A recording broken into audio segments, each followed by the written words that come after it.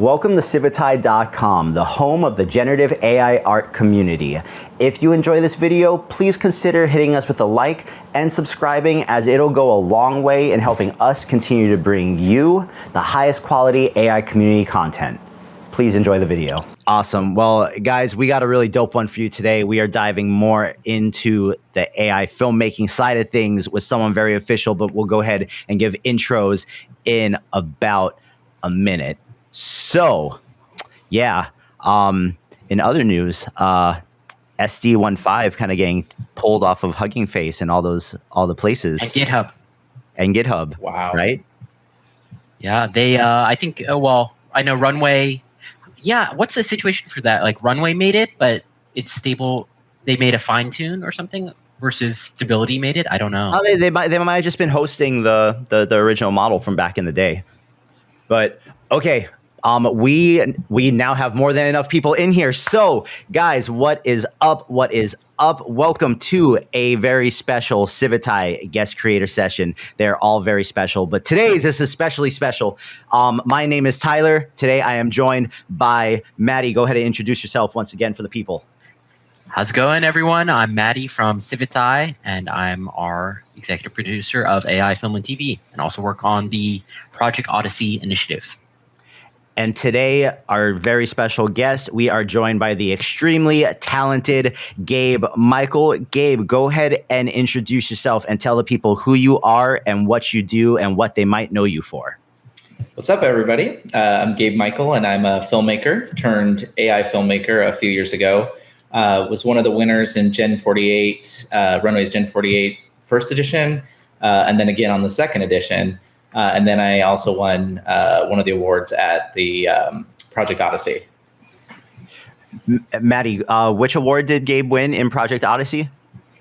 Yes, so for Project Odyssey, we had the main categories, 3D, music video, narrative, open format, and behind the scenes. And then we also had the company sponsor award. So essentially, the premier sponsors would choose their champion for whoever best represented them. There was the Fabric and AILA Award. So they are a great company coming out of the Los Angeles area who helps startups both in film and media, but also the larger AI ecosystem. And so they were providing an award for the best solo filmmaker. So someone who didn't participate without a team. And Gabe also won. So Gabe won that award, and also the superlative for best Odyssey. We gave these little kind of fun descriptions of each of the films: best sound design, coolest composition.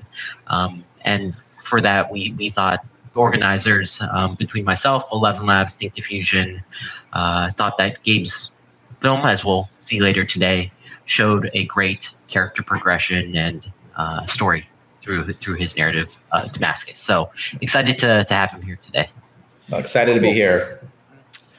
Well, to kind of get us started here before we even watch anything, just even in your intro, Gabe, you said that you were film director turned AI film director. So how many years of experience, and kind of what's your background on the traditional film side of things, and at what point did it lead into AI for you? Yeah.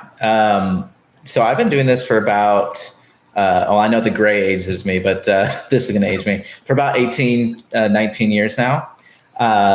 Went to traditional film school right around the time YouTube was really popping off. And I was like, okay, everybody was so scared at that point to even put their films on YouTube. They're like, oh, what if somebody sees it? Does that mean there's already distribution? Does it mean that somebody's, that like I can never sell this? And, and this is in 2005, 2006, right?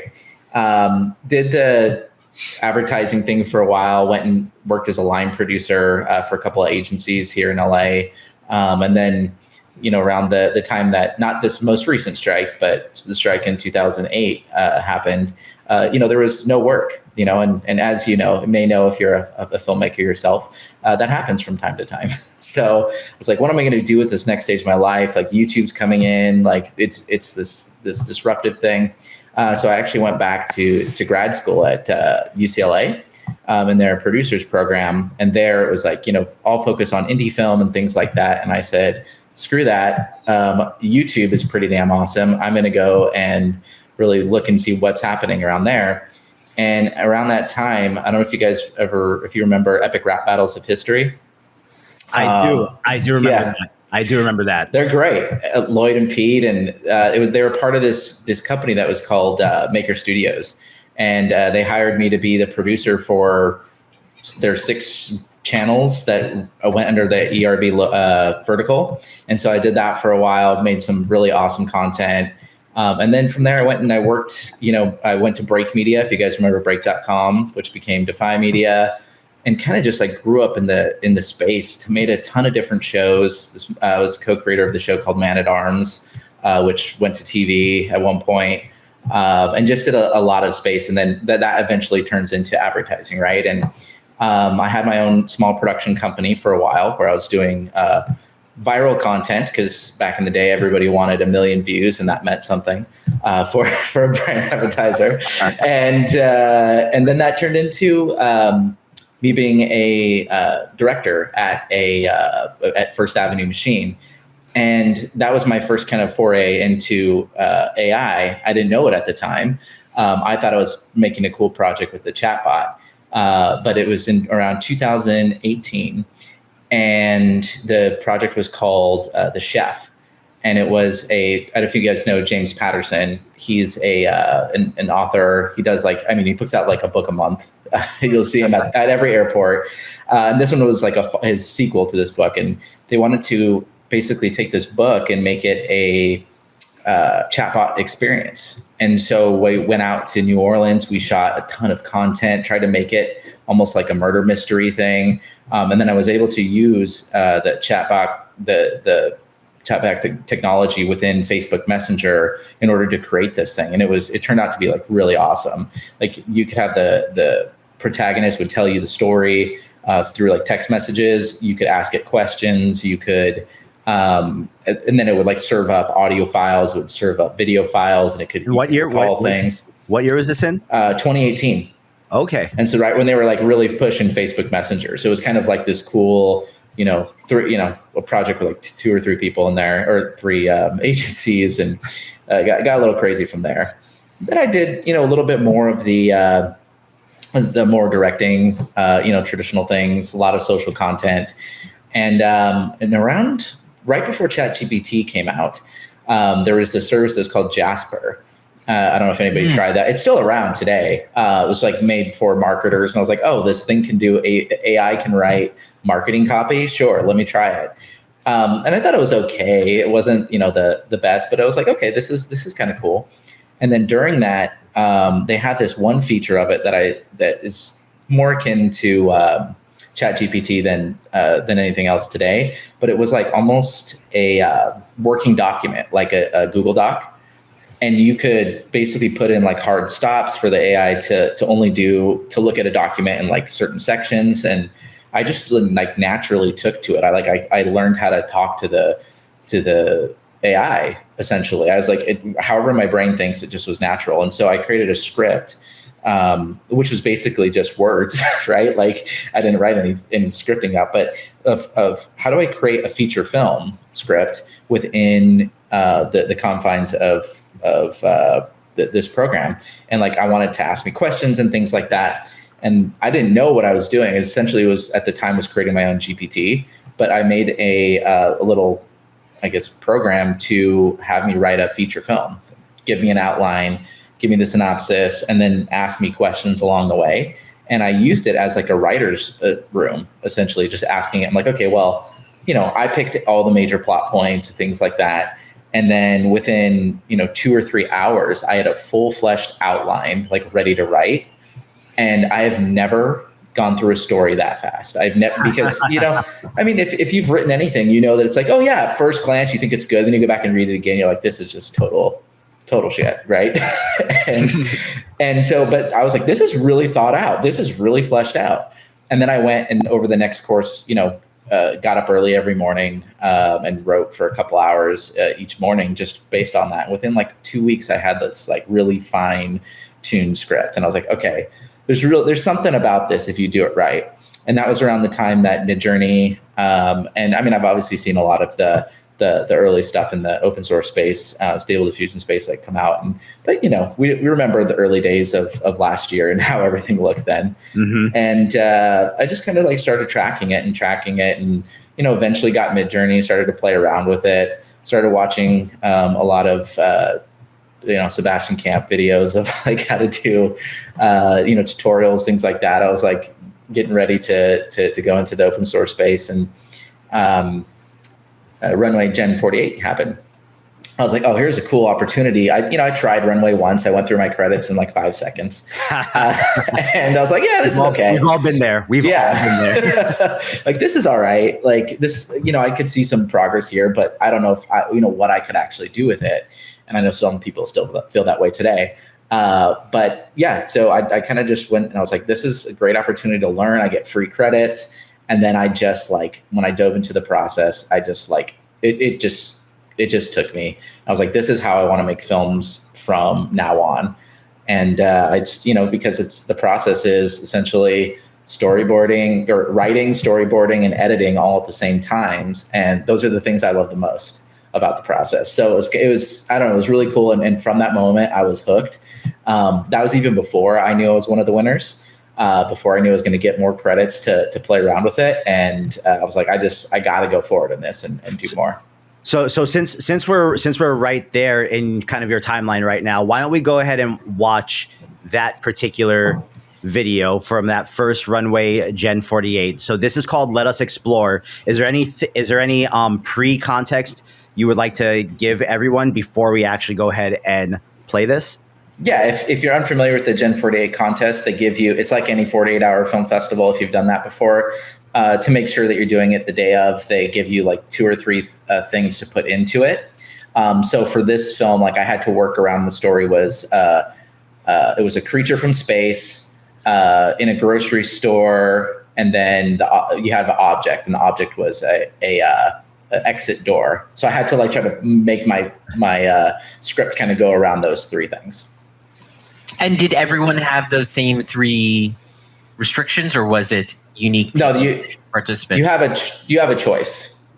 You had a choice of which you have of different types of characters, different places to go. And this I kind of wanted to do something along this vein, and I used ChatGPT in order to help me like narrow down the categories into a story before dumping in. So awesome. Well, hey, let's go ahead and give this a look. I will full screen this for the people. And yeah, let's mute our mics.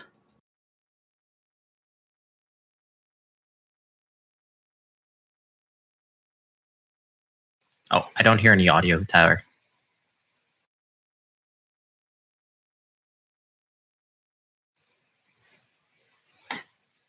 Still silent.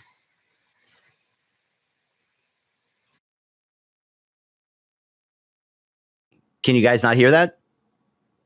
No, I couldn't hear any audio. Oh, it was bad. So my thing can't be muted. Okay, got it. You guys have to mute. Okay, sorry guys. Restarting. Sorry. This should work now, though.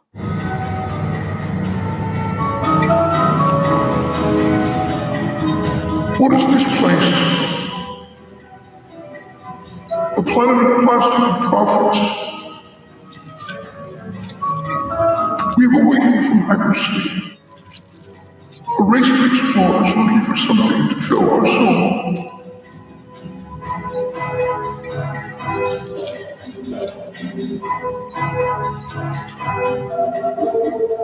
But once again caged, we must search, my friends, for a chance to break free.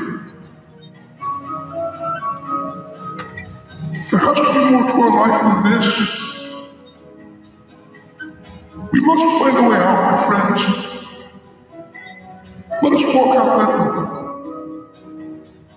Let us live life. Let us explore.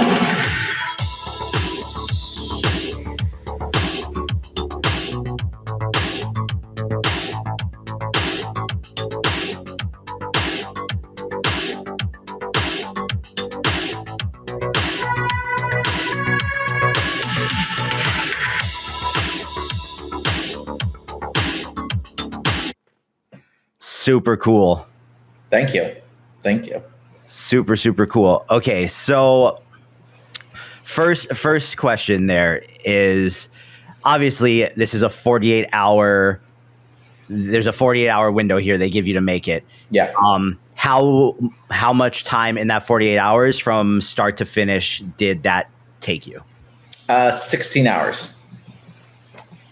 So I just knew I needed to crank it out in one day. I needed to, I got kids. So on the weekends, it's always rough. And this happens to be on the weekend. So not rough that kids are bad, just, you have multiple kids, you need multiple parents. And so my wife was like, yeah, take Saturday, do it. If you can. She said I could have Sunday too, but I, trying to be a good husband, and I didn't have any expectations with this to win or anything. And so I was just like, I'm just going to get this done and try it. And, I was also in the flow. If you ever get in the creative flow, it's just like, I'm just going to do this, get it out. And if I think too long about it, I could have spent every second, of that 48 hours on it if I wanted to, but sometimes you just got to get it done and move on. So would you say for that one in particular was more time spent on the image generation or on re-rolling it through Runway to get movements that you liked? Which side costs you more of that time? Yeah, I mean, I would have to say Midjourney. So the process was Midjourney images to Runway, and then I animated those. So it was really trying to find those images through. I already kind of knew what the style. I've been playing around with Midjourney beforehand. I didn't know I was going to do an alien creature, so that took some time.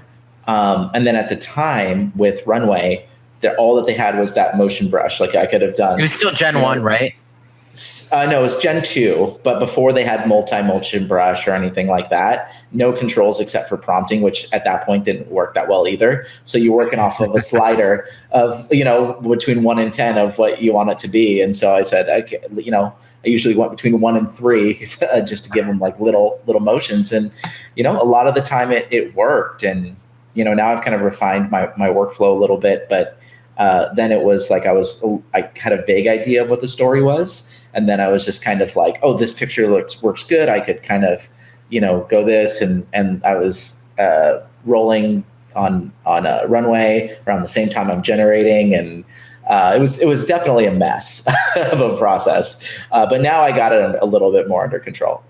Would you say through the process of doing this and then the other videos you've kind of subsequently done that you've now kind of found settings in Runway that work for you, or is it still kind of like you really have to sit there and finesse it for a lot of the time that you're doing this? Like there's no one setting fits all with these things. There's no one setting fits all, and I think Runway is what I call it's obviously the animation process of this. But what I've refined more is how I get to that point, right? So what I'll do now is, and what I've done on this, the second edition of Gen 48 was I created a full process where I create a storyboard and then animatics from that storyboard. I go and I edit the entire short together with just still images. And then then I can really keep my rolling very tactical and very, I can spend the time I need to try to figure out the exact shot that I want, as opposed to, and then, obviously sometimes it doesn't work. Per shot, and I have to go and adjust. But I'm going in more of okay, I already know this. We've already been through the beginner's luck of it, and then the new models, the prompting changes, and how you can dictate direction changes on them anyway. So that's kind of always going to be the unknown process, I think. Yeah, I think a lot of people underestimate the animatic storyboard part of the process, because then if you do that and you're at least happy with how the still images look, then you're just going in and animating them one by one. And of course you can swap out anyone that you're like, okay, this isn't really working. But then it's just kind of bringing them back in and dropping them on the timeline with one another, rather than image, motion, image, motion, image, motion. And you just I could see it getting very easy to get kind of lost in the sauce in the cycle between the two of those if you don't have kind of a lay of the land. Yeah. Absolutely. And with your workflow you have now, if you were to create, you said it took you 16 hours for Unknown, or for Let Us Explore that first time. If you were to make the same film, knowing what you know now, how kind of efficient have you gotten it down to? I could probably do that it really depends on if I know what story I'm going after, but let's say I did. I could probably do that in like 2 or 3 hours, probably. Wow. Depending on how Runway is acting that way that day. Cool, man. So this comes along. You won the best character category for this particular one. From here, what happens for you as far as AI goes? Because you said doing this was really the shift of you deciding this is what I want to do. So now from here, where do you pivot and what happens? So, I win the best character award, which is great. I didn't even know that was an award. I think they kind of just picked character or the awards based on the films that they like and thought that they were deserving up to a certain point. And I have to say, like, that has changed my life. So this film in particular has gone on to like a lot of AI film festivals, and it even played at Tribeca over the summer this year. Wow. There have been powered shorts. Yeah. Mm-hmm. And so I think Runway did a co-partnership from their AI film festival with Tribeca. And so we had a screening with my film and about 6 or 7 other ones, and a nice panel afterwards. And it was awesome. I never thought that, doing this for 18 years, that the film that would get me into screen at Tribeca was a little AI film that I made in 16 hours. Yeah. Ta-da. Exactly. And is that how you made that shift from self-identifying as a traditional filmmaker and now into an AI filmmaker, or did that process happen sometime? Yeah. And look, I call myself an AI filmmaker because that's primarily what we're doing, but it's really going to be just filmmaking. I think in the future, as these tools start to integrate more with traditional workflows, and it's just going to be a new form, or it is a new form of animation, a different way to do it, right? Whether it's photorealistic or not. We're going to be adding a lot of these, especially with Gen 3, which you can do with a still frame from your shot. It just becomes visual effects, right? You can key it in. It's just a different way to do it, a different way to generate. So it's going to, as everybody knows here on the stream, it's a part of your tool bag, right? As a filmmaker or as an artist. So I don't want to say that I'm going to only do films this way, but this is what I love it, because I'm sitting here at home. I can, be here with my kids. I don't have to be on set. I can go and just try things out, and maybe it turns into a film, maybe it doesn't, so. What are some, before we kind of move on to the next thing, what are some stigmas that you think are maybe falsely represented on the in the traditional realm of things from people that are still kind of like anti-AI, that are from the side of the industry that you came from, that you think should be flipped around? Like, what are some of the negative stigmas that you run into that when you hear them, it kind of like grinds your gears a little, because the process? Yeah, especially being in Hollywood, I know that you probably have a lot of friends who were part of the SAG WGA strikes, or in production studios. Has that kind of been reflected back on you? Yeah, a little bit, but I have to say, first of all, I wish that with the SAG and the writers deals, like, I think they did a really great job, and it was 100% needed.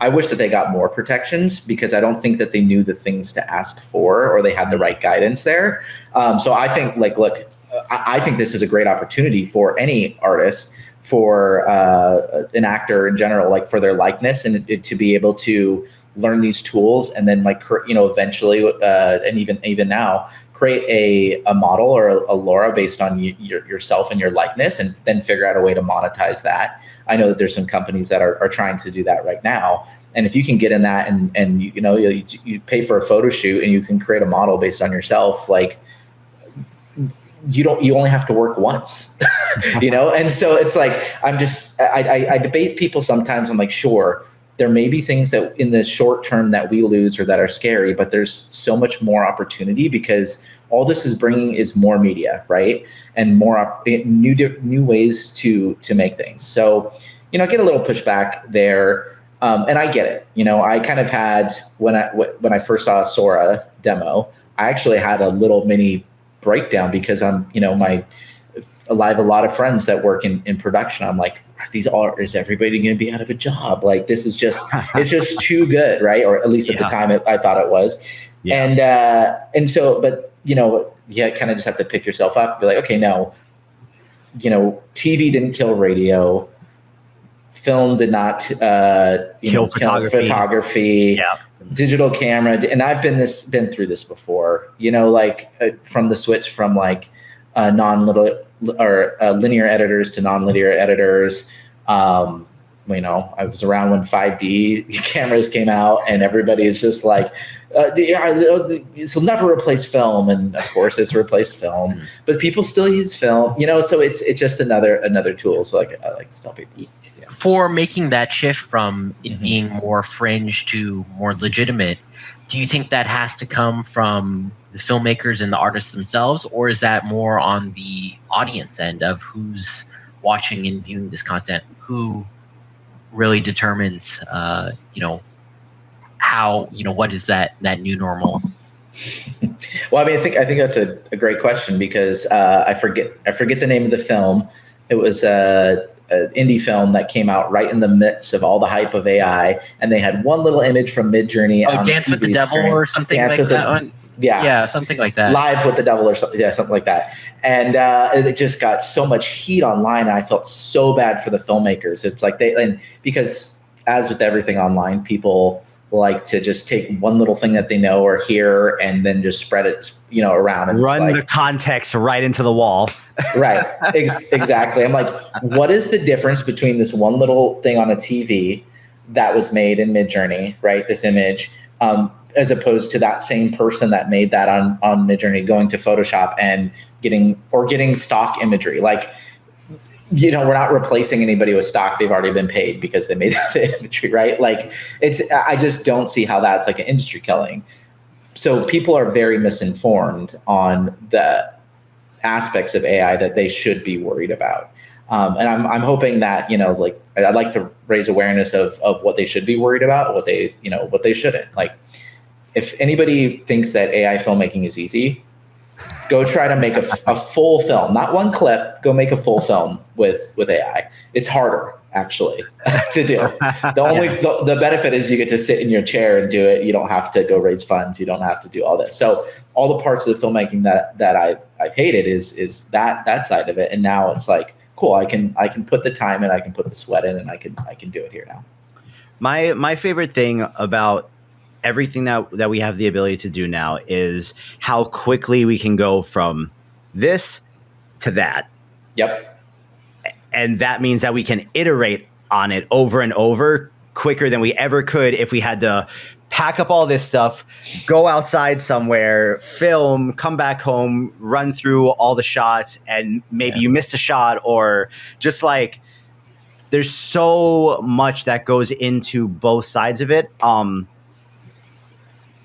most excited about the ability we have to just so quickly explore all of our ideas now. Oh, it's amazing. I'm so excited too.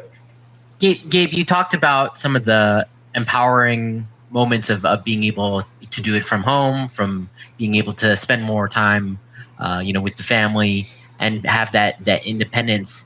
Do you think that, flipping the lens, that something is lost by not having that team to work with, where when you are on set, you have those different opinions, you have your cinematographer, your director, each doing their specific roles that, how do you think about that team filmmaking and communal element compared to AI filmmaking, which is much more solitary?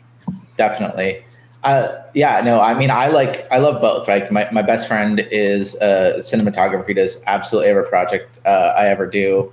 And he's all for it, right? He's all for me like going and making these films this way. And we were trying to figure out a process in order to like, make this more to do like a hybrid solution, right? So we were having these conversations, but the back and forth between him and I for years is led me to explain myself or I guess know how to talk to people, right? Know how to explain the vision that I want, know how to and it's really that's directing is all talking, right? Like you're not doing any of the work yourself. So it's very akin to talking to a machine, right? But there is magic that happens in both, right? Like in on set, the actor's going to bring something to the table. You go, oh, wow, I never thought of that. Unless you're a tyrannical director and then I hate you. So as well, I'll do as most actors. So just, I like to be like freeing and let people to choose and decide what they want to do on set for the most part. But then, you're also, pushing up against deadlines and things like that do make the process magical and you kind of get what you get. And this is very similar, actually. AI filmmaking is very similar but you're not working with another person. You're doing it more almost like a novel writer, right? You're sitting in a room. It's a very solitary process. So it does, if you're a very social person, you need to be on set, then like go be on set.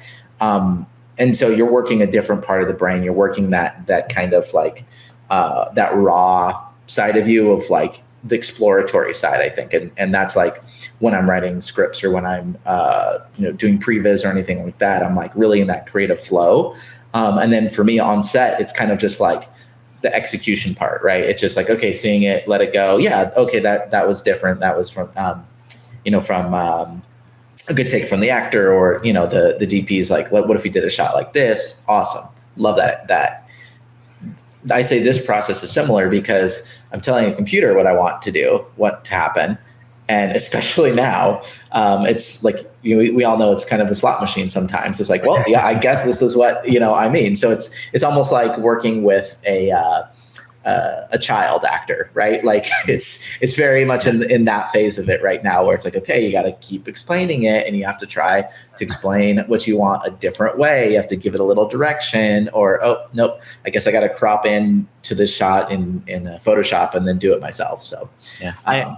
I think that being able to properly communicate with the LLMs in any capacity, right? Especially in this though, is definitely a skill that has to be cultivated just like any of the other skills with these things. And the longer you spend kind of in an LLM going back and forth with it after your initial ask of it, okay, it didn't quite give you what you want, but now you have to have the conversation to get to what you're actually looking for. I think if people put more time into cultivating that will ultimately completely like blow the lid off their productivity altogether. Yeah. Gabe, for those filmmaking use cases for LLMs, you mentioned a lot of story development. Do you have any best practices or things that you have found work well? Yeah, I mean, and this goes back to what you were just saying as well, Tyler, is when people want to start in AI filmmaking, I say, go to ChatGPT. Don't worry about the visual side of it yet, right? Because when you're working with that in that natural language, you have to know how to do processes. And I think that's what my 18 years experience, before I got my hands on AI tools taught me is, especially in filmmaking, is everything is done in like these weird buckets and these weird processes. You have to, and I have a split brain. I'm times left at times right brained. And I can really put on each hat, depending on, what day it is and how I'm feeling. But like when you're talking to, ChatGPT, if you know how to communicate and to get an outcome that you want and to create and basically work with it to create that process, then you're thinking like, the machine is, and you're putting yourself into its, its shoes, and like how to get that outcome. And it's very similar with like figuring out how to express an idea to somebody on set. It's very similar to figure out how to then communicate what you want to, Midjourney or to a Flux or whatever service you use to then come up with exactly what you want that image to look like. And then the rest of the prompting is like syntax. You can figure that out. People explain like, the best things and the best techniques to prompt there, or you can even just ask ChatGPT. That's what I do a lot is just, I build out a lot of custom GPTs for me for like for story, things like that.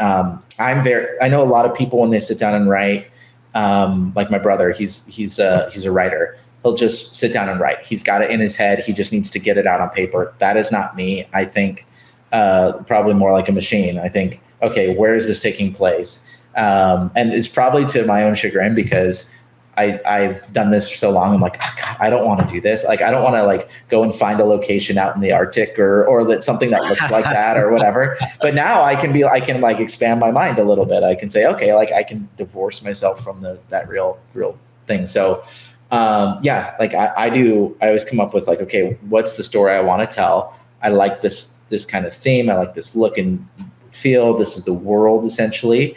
And then I get really granular with, like I did for my very first screenplay that I wrote with AI, is I go, okay, now I need to figure out the structure, because it's like I'm not doing this just to kind of like be whimsical and whatever. I'm like, I'm going to make this thing, so I want to make sure it has every story beat possible, and that's just me. Like I said, everybody has their own process, but and so I've created GPTs to take my process, go one step at a time, get it to the point where it's like, yeah, this is perfect. This is killer. This is a great, summary.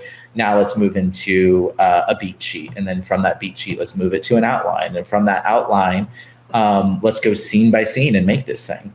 And, I did this last week as an experiment, and I was like, okay, we'll take a crack at the first draft on these 3 scenes. It was great. Like it was very similar to how I would have written something, but you have to give it the direction, and it has to have that memory now and that context that you need to like build on one another. So it's a great writing partner. We have this really great question from Twitch that I think it's the proper time for you to go ahead and tackle this one if you would like. Okay, let's see. What do you think about the idea of AI writing movie scripts? James Cameron said AI cannot write scripts that really move people because it lacks the human touch. But he joked that if an AI ever wins an Oscar for best screenplay, maybe we should then reconsider. Well, I think that he maybe hasn't thought through the process part, like I just talked about, right? Or experimented with it, because it's the same thing as not the same thing because it's not a human, but it's very similar in order you're giving direction like a producer or director would to an artist, to a writer, and then you're going, shot by shot. So basically, I'm like, I'm working as a partnership with the AI in order to do it. It's your collaborator. It's a collaborator, right? And it's my notes, like it's my notebook, right? Essentially, is how I think about it. People ask is like, did the AI write it? I'm like, no, I wrote it because I gave it the process. I gave it the thing. It found some logical ideas that could have gone to XYZ, but it was like a sparring partner more than anything else. Yeah. But I think, people that don't know the writing process or haven't done it for years may go, write me a story about this, and it comes out terrible. Right. But it's like, that's because you didn't give it enough context, and you didn't do the work yourself in order to make it great. And I think many of the people coming from that perspective might be first-time filmmakers. They may have never written a script, written dialogue, and it's hard to make that distinction of what's good, what's bad, and having that artistic taste and talent from doing it for so many years. I wonder, what's the best way to, as they're writing these things in ChatGPT or kind of AI screenwriting programs like Saga, to actually know what decision they should choose. Like, how do you teach those fundamental story development and character development skills for people who aren't going to film school? Yeah, in this new age. I mean, read a book, like go read storytelling, talk to ChatGPT, like do the work. Like I'm just, this is not meant to offend anybody, but I'm kind of sick and tired of people that want like using this as a lazy thing of like, oh, I'm a filmmaker now. If you're like, if this is now giving an opportunity for people that can't go to film school, don't have enough money, whatever it is, right? but I teach at a traditional film school. I teach at UCLA now. There's great people there, and there's great people that have never been able to pick up a camera, that have never told a story, that naturally take to this, and they're now bitten by this bug of this filmmaking bug, like, right? And like now is a great opportunity, but you can't be lazy, and you can't. You have to put in the work, and you have to fail. You have to create a terrible movie.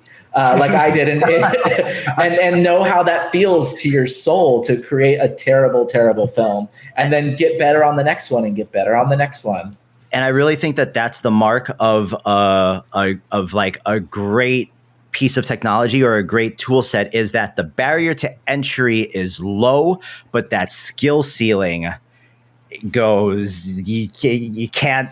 It's very hard to touch it the deeper you start to dive. But the barrier to entry for anyone that just like has like a thought or something that they want to get out that they didn't have the outlet or the skill set to do before, it's there now in like a multitude of ways that it was never there before. Yeah. And I've seen I'm looking at some of the chat here. I'm not going to call anybody out, but I've seen people, it's too expensive. I'm like, you want to know expensive? Go try to like make it a film in the real world. Even if you're doing it with just your friends, right? Like you got to get a camera, you got to do XYZ. The $200 a year for runways is a little bit cheaper compared to $5,000 camera you're gonna have to buy, right? And I'm looking at your glass over there, man. Like, yeah, it's okay. The only glass I've used for like the past 18 months is right in front of me. Yeah, exactly. Same. Yeah. Same.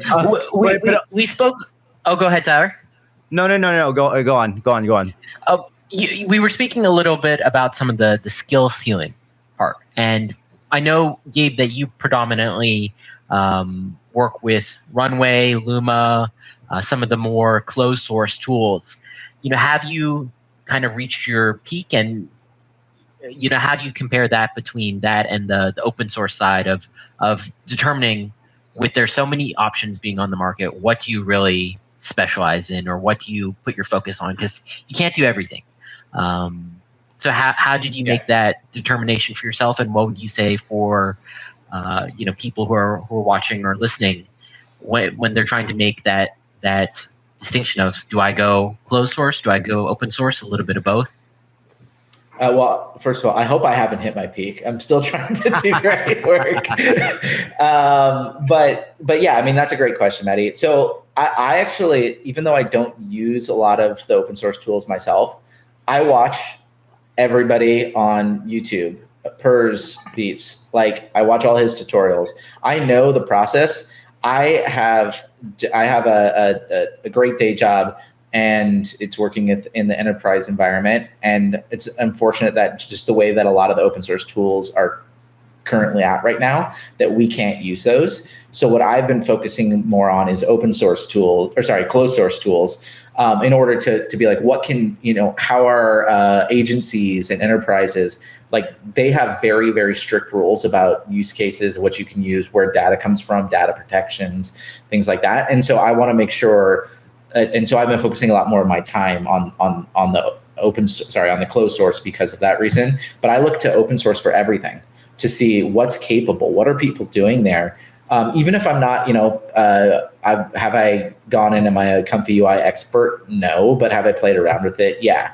And I know, and what I've done, or what I've learned doing that is how plug and play models are going to be in the future. And that's going to directly affect you guys probably saw a couple months back, Adobe put out this commercial or a video that said, like, you could drop in Pika, Runway, Sora, which is, I'm still waiting for that update. Well, I mean, Adobe Max is coming soon, so we'll see what they say there. But like, and that just knowing the process of how to make something on both sides of it knows, okay, well, it lets you see, oh, on this on the closed source side, this is they're using these techniques, right? There's only a couple things that you need to know, right? We have image generation. You have like how in painting.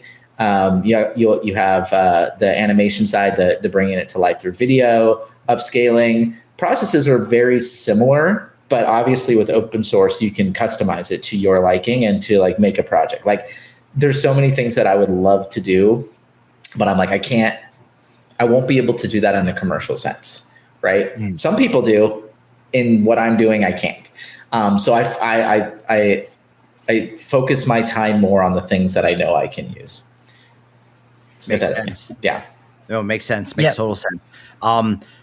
Okay, so bringing it back here from that first Gen 48, you finish that, you win Best Character, you start to take the stuff more seriously. What would you say the biggest difference between your first Gen 48 submission and the next Gen 48 contest, which was the most recent one that just happened, right? That's correct. Yeah. So what's like the stark difference? Because I think those two things were 4 months apart. Yeah, about that. Yeah. October and then January or February. Yeah. Yeah. So what would you say like the biggest difference between those two experiences for you were? Well, it was multi-motion brush in Gen 2. Gen 2's tooling got better, but also my process. It's like I did it before. I knew like where the pitfalls were. I knew what took me too much time to do. So I said, I'm going to go into number 2, Gen 48 number 2, like not with a story ready, but like with the knowing exactly what I'm going to do. So I'm going to write the story. From there, I'm going to just like you would with in a real film, right? In a real world film, and then you would write out your shot list, and then instead of creating a storyboard, I was like, you know what I'm going to do with this because the film that which hopefully we'll see in a second, it's more of an animated piece, and I said, I'm like, wait a second, this is how they used to do it. Is they created a backplate. And then they just animated on top of it. I was like, why can't I do that for this? And I was like, why can't I create a character sheet like they do for traditional animation to see? And I was like, oh, Midjourney can create character sheets. Cool. And I was like, here's my character. So what am I going to do is I'm going to give Runway, I'm going to basically go in and choose my background, choose my character position, create individual PNGs as a starting point for Runway to animate off of. And it worked great. And it's I wish I could have done a little bit more with the story on this one, but I think visually this next one I think it won best art direction for Runway. So you're saying that you had the background plate and then the character was the PNG and you were placing them on there and then you would take that and animate it? Yeah, instead of trying to go and put the character within Midjourney or within Runway's image tool, I built a model with the character on Runway and it just kind of it was great. Like it actually stayed consistent, but it was just the same pose and everything. So I went through and I used Photoshop more than I've ever used in the past. And I basically would go and create the shot or at least the starting part to the shot that I wanted for each scene. And then I would zoom in, I would just extend the background, give it a little bit of blur to make it look like there's some bokeh there, and then I'd put the character in different positions, and then I'd animate, from there. And it turned out, I think, pretty good. Dude, that's actually really funny because when you said that, it just made me think too that like even with the stuff that I do now, even though what I do is AI centric, this is the most I've ever consistently used Photoshop, After Effects, like every day, period. Right. So it's not replacing those things. No, and that's why I think like this is why I follow open source so much, because when I'm like watching what's happening behind the hood, it's masking, right? We're doing a ton of masking. I'm like, oh, this is exactly the same process as if I'm building something in After Effects but it's just a different way it's a node-based way of doing it, and it's obviously generating as it goes. So just knowing how a lot of those tools already work, it helps the workflow completely. Cool, man. Well, let's go ahead and give this a watch. I'm going to leave myself unmuted, but I'm going to have you guys go ahead and mute yourselves. What is this one called, Gabe? This is called Unknown. This is called Unknown, and this had very similar rules to the first edition where you picked a location, a character, and then an object. And in this one, it was a misunderstood character in an art museum, and then the object was a lit candle. Awesome. Let's do it.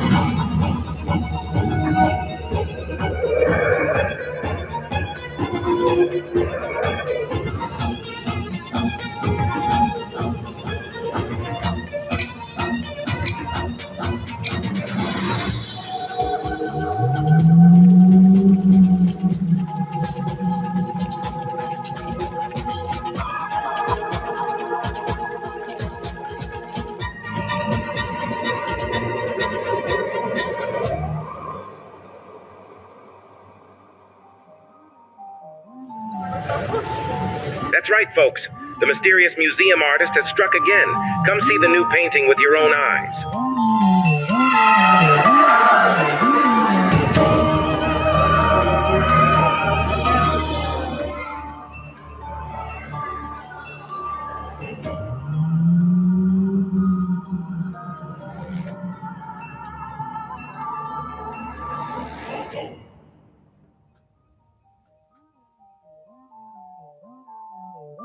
Hell yeah, man.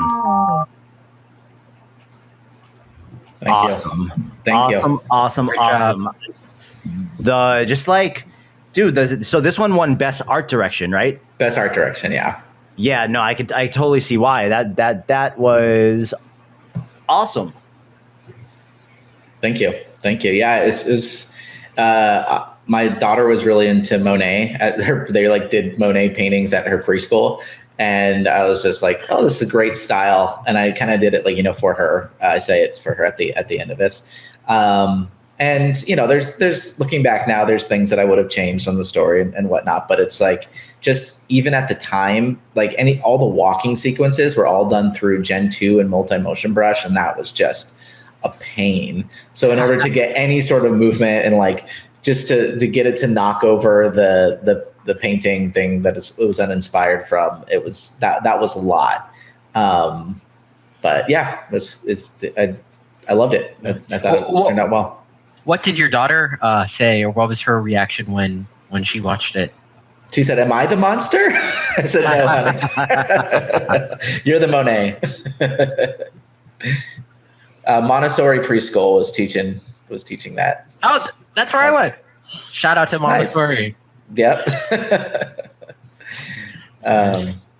Yeah, and so we talked a lot about the AI tools and also Adobe, some of the Adobe Suite ones.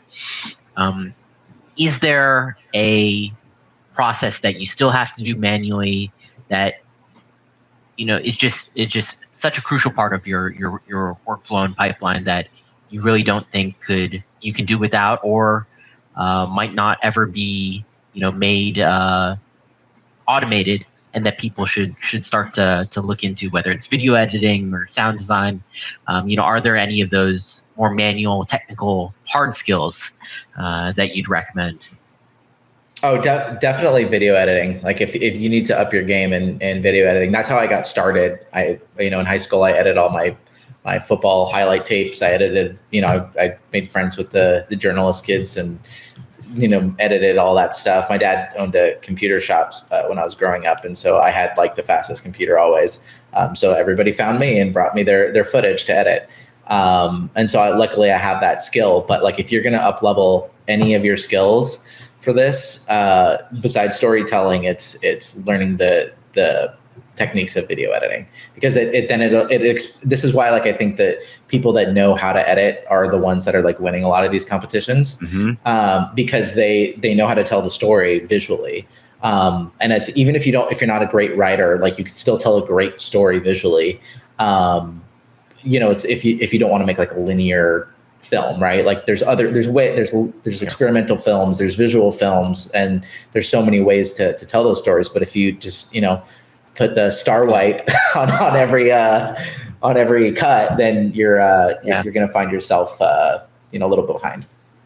Yeah, this one had really nice timing. Yeah, between the you had the match cuts on both the over the shoulder. There was a lot of variety. You had that subtle camera motion too. I think many AI films I see are incredibly static. So I think even just the subtle camera shake, and I think there are some really cool techniques where you can do that, where you can have your regular shot that's the characters moving inside of it, and instead of having to keyframe, I think you can one of the things that one of my mentors taught me was you can take like your phone video or any other video and transfer that same motion onto a different clip. So I've seen some people use that for just making these AI shots come to life, and I think you did a wonderful job with that. Well, thank you. And I actually experimented with that for this. I wasn't going to use Vigil for Gen 48 contest, but since then I've experimented with it. It's still rough around the edges. Will do good if you upscale a little bit, but I think that's going to be motion capture is going to be a huge part of this, of the workflow in the future. And I think it's going to be naturally built into a lot of these models. Yeah, and the next competition is coming up September 14th to 16th. Is there any kind of secret sauce you're bringing to that, or business as usual? I'm gonna do it. I'm hoping. I'm getting a lot of pressure from the runway people. It's like, are you going for it? I'm like, I guess I just try to create a new technique or try a new way to tell the story every time. So I'm coming up with some ideas, but it's kind of hard to say what it's going to be until the day of. And there's just been since the last Gen 48 in February or January, whatever it was this year, the amount of tech that has come out and the amount of amazing projects that the community has put out since then has just been astronomical. So the competition has never been harder. I'm definitely going to go for it and give it a go. But it's we'll see how it goes. Find out. We'll have to watch and find out. Yeah. And Gabe, I know we're coming up on time. Are you okay to go over, or cool? Absolutely. Just wanted to double check. So before we jump into Damascus, your Project Odyssey one, a really important piece, especially with the AI films, to like give them the extra layer and help people feel something when watching them, is the sound design. Yeah. What's your favorite? Do you have a favorite tool that you've been using for that, or are you just pulling from like the massive library of sound design packs you have kind of sitting in your hard drive? Yeah, I mean, I currently have like Artlist. They're a great tool. I'm letting ever since I started doing AI film, I'm going to let that expire here soon. Particularly because, especially with Damascus, the next film that you're going to watch. I generated everything for this one. So that includes the sound effects and that includes the music for this one. The other two had, I got from Artlist libraries, but this one was 100% generated in every frame. I did the voiceovers and I did a voice transfer with 11 Labs and did all that. But, sound design is one of the biggest, people don't really think about that when it's a visual medium. But, you can, especially with like YouTube videos, you can watch anything at any quality. But if the sound is terrible, right? Like it's just not, it brings the value down of the whole piece. So, I'm not the best sound mixer, but I'm trying to that's what I'm personally trying to get better at. But, as we grow and if I do more films and, if we get into the point where we can start having some budgets for this, the first thing I would spend my budget on would be a really good sound designer. But I'm really interested in like what 11 Labs is bringing to the table with with sound design and the sound effects generators. And I've created a couple of GPTs that you can go and you drag a single frame from your scene, and you just say, give me all the sound effects that I would need, and it labels them, puts them into a prompt for you, and I just go one to the other, and I'm still and once I haven't been able to play around. Oh, excuse me. Sorry. There you go. I haven't been able to play around with the API for that, but eventually I want to put the two together, and so I can just drag and drop it, just put a still image in, and then have it just start generating all the sound effects that I need from that. And I'm like, and those are the kind of things that are going to be just like, killer for anybody to know how to do. This is why I say like learn ChatGPT no matter what, because you can make these little tools just for yourself, and that's why that's what the open source community loves, and that's what I love about them as well. So like that's what I did for this one. I just like took a frame and dropped it in, and it gave me a list, and I just the same as looking through a library, right? Because we all know if you've ever done this before, it's so hard to just like search for something, even online when they supposedly have AI enhanced searches. Like it just takes up more time than you can ever imagine. So I'm like, I'd rather just generate it there in real time and mess around with the prompt. And you know what? It holds up to a lot of the professional sound effects. The difficult part for me with sound has always been going through the libraries on the website is like, when you hear the sound, when you're previewing it on the website, you sometimes can't quite see it in the thing, and then you gotta download it and try it, and it's like it's a whole other time sink on top of generate images, make images move, edit, sound. It's a completely separate skill set, and like I said, I do my best to do the correct leveling and everything, but that's why professional sound designers are like one of the most needed positions in Hollywood. And speaking of you said if you had extra budget, your first thing would be to hire a sound designer. Something we're considering for the next Project Odyssey competition is doing a more professional bracket, where maybe over 48 hours we take pitches for films where people say they make an animatic, they make a storyboard, but it's more about who's the team and how are they going to use some budget. And then we would give people grants ahead of the competition of that 1 month window. If you were in that position and had $2,500 or $5,000 to use for your production budget and make your film, how do you think you would allocate that versus just I think probably for all of these competitions you've been doing it, you're bootstrapping, right? You've been paying for those credits yourselves, or you had those existing subscriptions. How would you kind of approach that different type of challenge? I would definitely build out like a small team, because it's like I love to get people paid when I can, like for their time. But yeah, most of that would go to a sound designer and somebody that could take care of that. I would say, because not only like the skill level of it, but also it's such an art. I mean, it really is. And I'm really good at the visual part. I'm good at this. I am okay of throwing sound effects in, knowing what I want.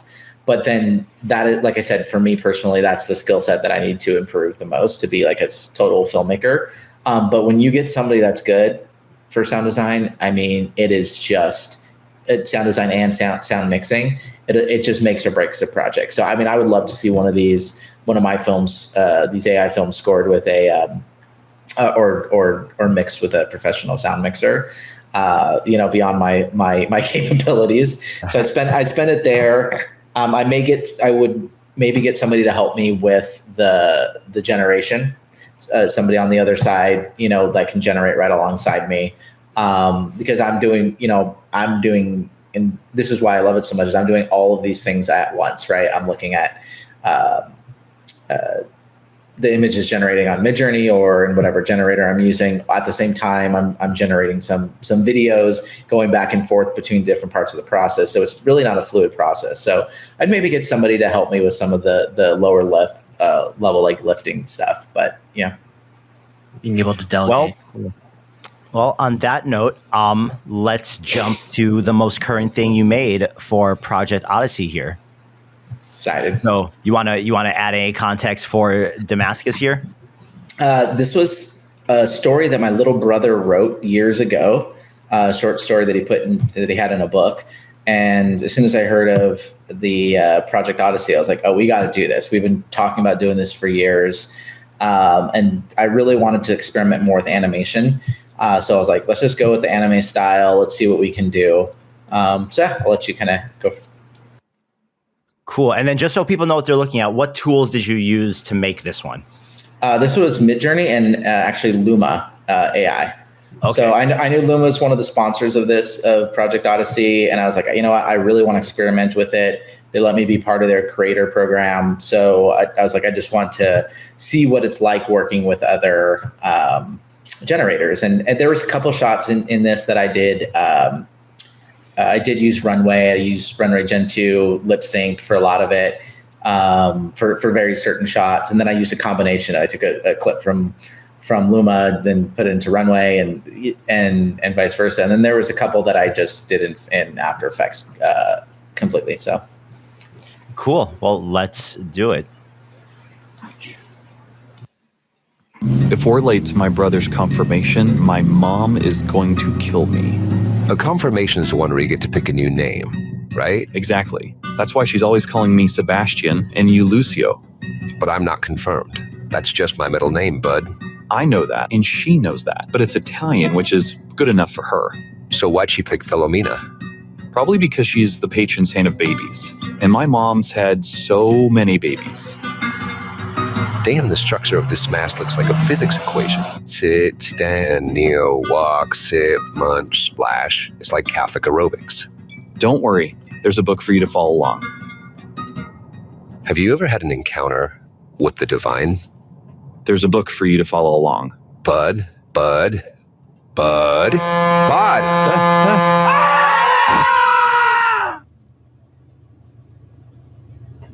Was your last word really going to be bud? God damn, you're right. I've got to find better famous last words. What if we died just now? Like, what if we're in hell? Like right now, as we're kissing. No. You are very much alive. What the hell is that? Where are you going? My brother's confirmation.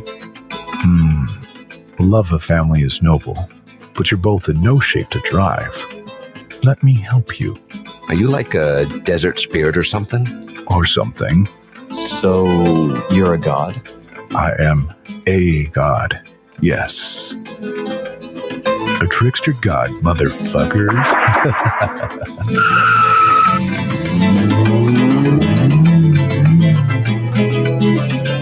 Did that Cody just steal my car?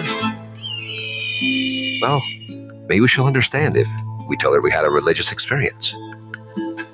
Yep, my mom's gonna kill me. I'm in Damascus for the Project Odyssey AI competition, and if you enjoyed it, I'd love if you could go to the link below and react to it. I was trying to get some love on Civitai. Awesome, man. No, so what? After that one, what were some of your big takeaways? So it kind of mastered the technique that I did for Unknown of generating the background and then generating each frame. But for this one, I really was trying to play around with. I made character sheets for each of the characters, and there's a couple of scenes where I got it in Midjourney of using character reference in order to put them into the scenes. But then, in the scene where they're talking with the coyote outside, like I really had to just take the character sheets and then do the same technique I talked about earlier, where I made the shot essentially in Photoshop. Did a lot of cleanup, with Gen Fill and things like that there as well. But this one was one where I really attempted the dialogue, I think, more than anything. And that was, Luma did a great job of just doing vague mouth movements for when it just during the regular generation. But then there was somewhere I'm just like, that's where I got hung up the most on this. Like the car scene was awesome. This was great. I was like, damn, I should have just done more action for this instead of like an easier talky one, because that made it a lot more difficult. And, you get to the point where I'm just like, okay, this is good enough. Like, and it's like, I wanted to show what was capable with that model at the time. There's some where I look back now, I'm like, man, I think, if I used like portrait or Hedra, or I did it again, or Hedra, or any of these other tools that could, the great. I just didn't have the time. I was like very extremely busy during this time. So I was trying to do the best that I could for this. And, there is something, Maddie, about like, I love that we had more time for this competition, but there is something about a really tight time frame in order to get the competition done that just like has you sit like, I forget what the German word for it is, but like button chair and just getting it done. And this, I was able to do at nights and weekends and things like that outside of my 9 to 5. So it made it a little more difficult to just get the whole thing done, because it was like it felt like I was working on this project for like a year, even though it was only like 30 days. So yeah, but this one I generated the music, I did all the sound effects for it, and it was fun using Luma and trying out the different, the first frame, last frame generation, and this is what I was talking about with somebody else about the open source. Like I knew about this, and I knew that this was going to be capable. The first frame, last frame animation, because of the open source tool that came out, and I forget the name of it now. But it was one of I don't know if you guys remember. TuneCrafter. When I heard about that, I was like, okay, cool. That's like, this is possible. Like, right?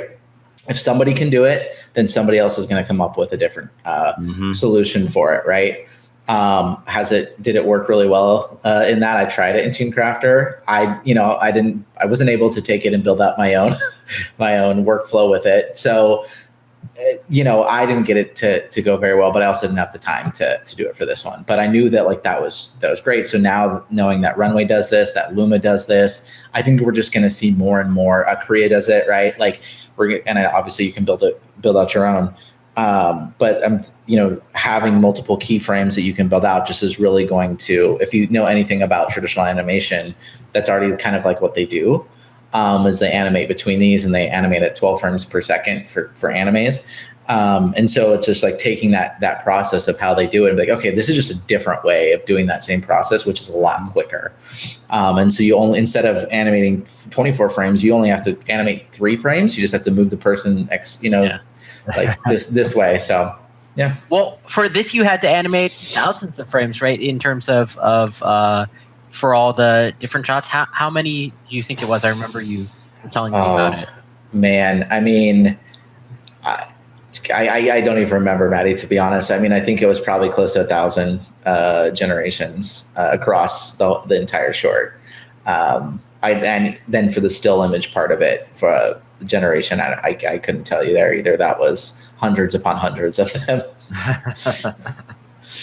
Yeah. Oh man, people underestimate the resilience it takes to bring one of these things from idea to completion. But I think that's what makes these little competitions really beautiful, and especially the ones that give you that very, very tight box of time to work in. Yeah, and even the 30-day one. I mean, it's great because you can get. I mean, I watched most of the entries into Project Odyssey, and there's some crazy ones, really great ones, some really great ones in there. What was your favorite, Gabe? Do you any ones that really stood out to you? I don't remember the names, unfortunately. If you can describe it, I'll which is the one that won the narrative prize? Roki episode 1.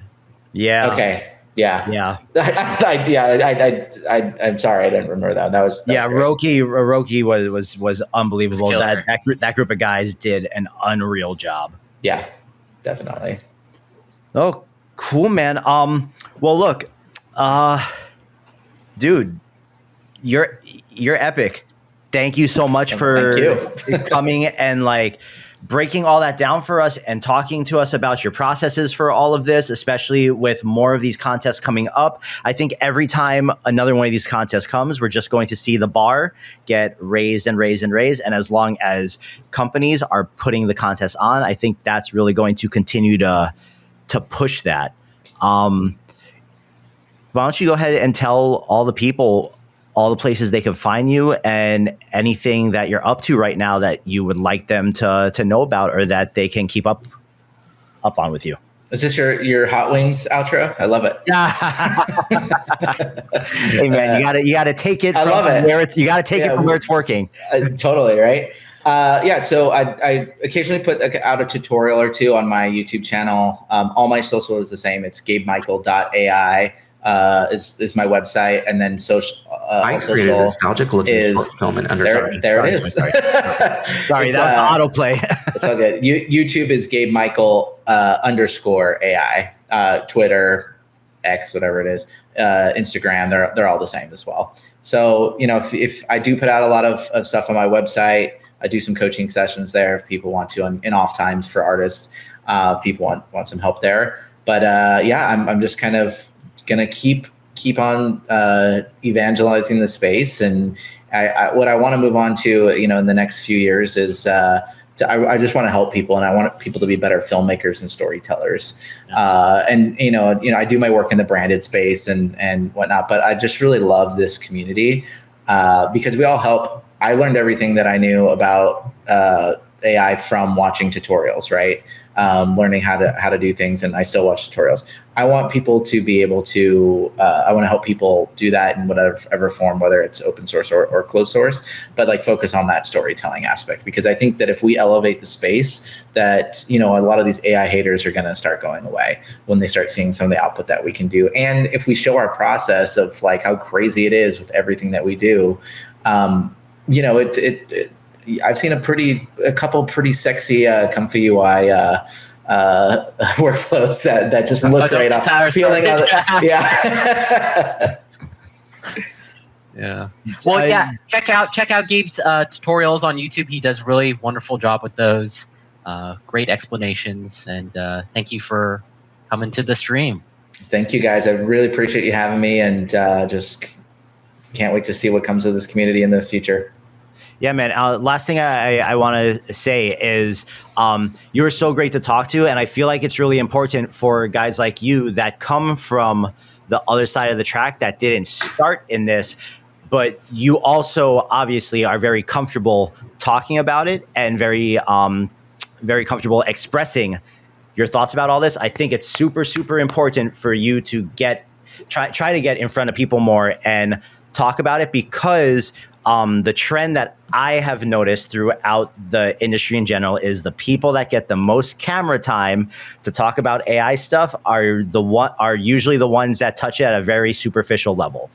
And they're usually the ones representing to, let's just say, the masses, what is going on. And I want to see guys like you really championing this stuff more, because it's really what the space needs. So thank you for coming on and doing that with us. Absolutely. Thank you guys for having me. Thanks, Gabe. Awesome. Well, with that being said, guys, this has been a Civitai Creator Session. My name is Tyler. I put all of Gabe's links in the chat. Go ahead and follow him on everything so you can keep up with him. There is another Runway Gen 48 competition coming up, like Maddie said, in the middle of September. That Gabe is going to be a part of. It is going to be my first time throwing my hat into the ring on that one well. So me and Enigmatic E are teaming up for that one. So we're looking forward to that. Guys, next week, September 5th, we will be doing our very first Civitai team stream, where as a team, me, Maddie, Justin, Max, Ali, the whole gang, I think even Brittany, the whole group is going to get together on the stream. We're going to give you guys a quarterly update and just kind of talk about what we have been up to and what is going on with Civitai. So don't miss that. Look out for the post advertising it on X. Gabe, sir, thank you so much for joining us once again. And thanks for having me, guys. One last thing, Tyler, for those watching, if you're on Twitch, if you're on YouTube, if you're on LinkedIn, make sure to follow and like and subscribe. It really helps us out so that you can stay tuned for the next one and these weekly ones we do. So we really appreciate the love and support.